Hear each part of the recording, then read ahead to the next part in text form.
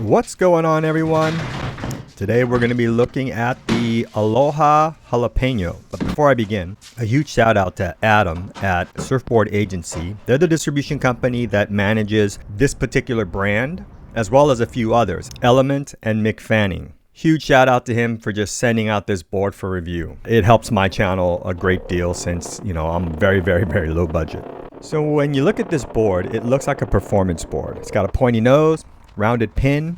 However, the version I'm surfing is 5'6" by 19¼ by 2.5, comes in at a little over 28 liters. And due to the thickness and width, it's more of a Groveler. It's a performance Groveler is probably the best category.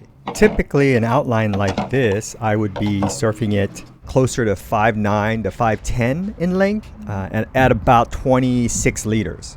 And so looking at the rocker, you can obviously see the big pitch in the nose. So it's kind of got a performance to medium entry rocker with a performance to medium exit rocker. Now moving on to the contours, and apologies for the angle. I know you can't see it as well as you normally could in some of my other videos, but I had to change it because my neighbor had their garage door open. As you can see, it's basically a single concave throughout. It gets deepest around the middle to 2/3.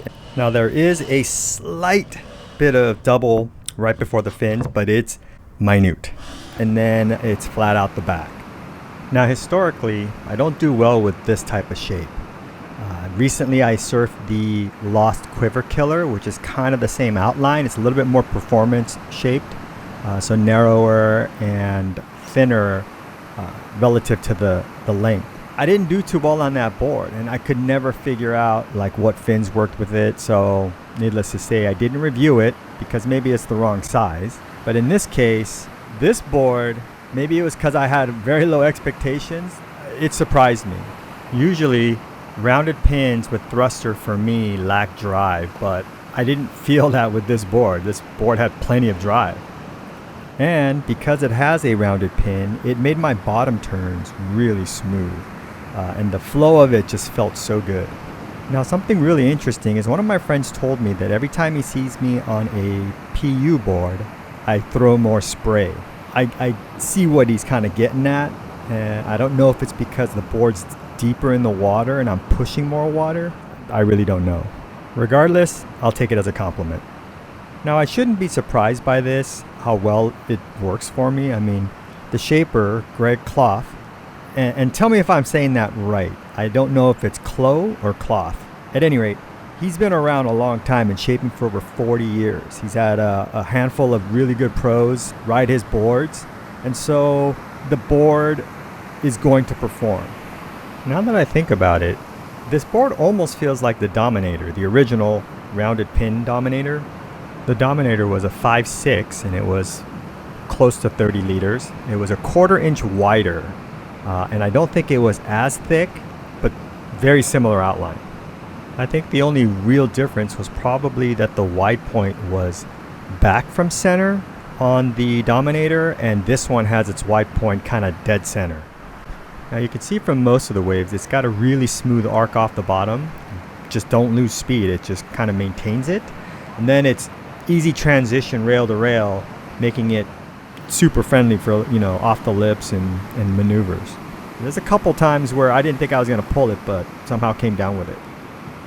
So now because of the rocker, when the waves were a little bit smaller or softer, it kind of teetered. Nose to tail, didn't have as much drive. But when the face got a little bit more steep, the board fits so well in the pocket. So you'll see a stark difference between how I do on the bigger waves and the softer, smaller waves. But overall, great board. Now I would say my favorite wave size for this board was around shoulder to head high. When I had the speed from the wave, everything was just so smooth and fluid. So let me know what you think about my friend's theory on a PU board and the way it looks on me, how much spray I'm getting. Like, to me, I can cherry pick, some of my old footage on other boards and say, it looks the same, right? But I don't know, like a lot of times my opinion of myself is obviously going to be super biased and usually more negative. So now one thing I want to mention though is I found the board to have a lot of speed even in the soft waves if I wasn't trying to pump it. The board I think inherently has good speed. It's just that because of the more pronounced rocker, when I try to pump it, the board teeters. And so for me, it's just this weird feeling, which I'm not used to. So here you'll see how soft these waves are. And again, if you put it on rail and let the board do its thing, it seems to maintain speed.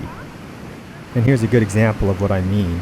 Like right after you see me do the first foam climb kind of floater, how quick it is off the bottom, you could see the transition of the wave, and it is really soft, but the board is doing really well to maintain speed.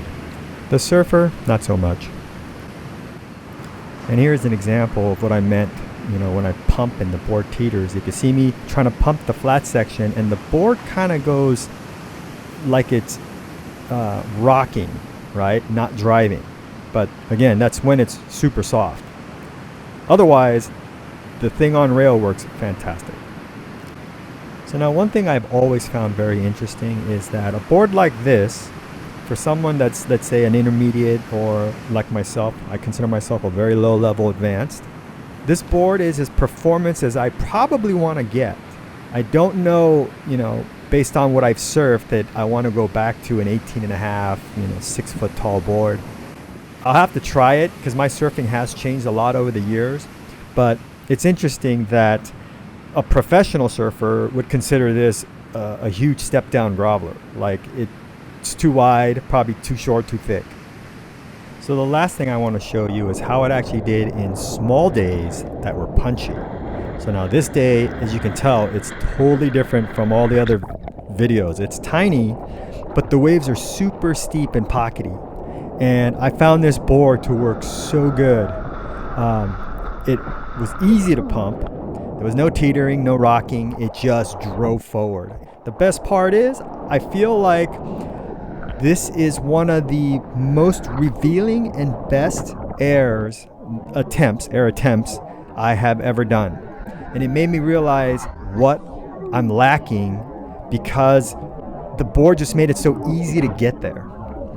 Now, funny thing is, I've been waiting for the day for the waves to get similar to this so I could take that board out again and just practice my air reverses, but hasn't happened. Today, the waves were 10 to 15 feet, so obviously not the best board to take out for that. Maybe a bigger version. So that's probably a pretty good thing to recognize, is that this board, I think, would translate very well in the larger sizes. So all in all, for me, this board is a keeper.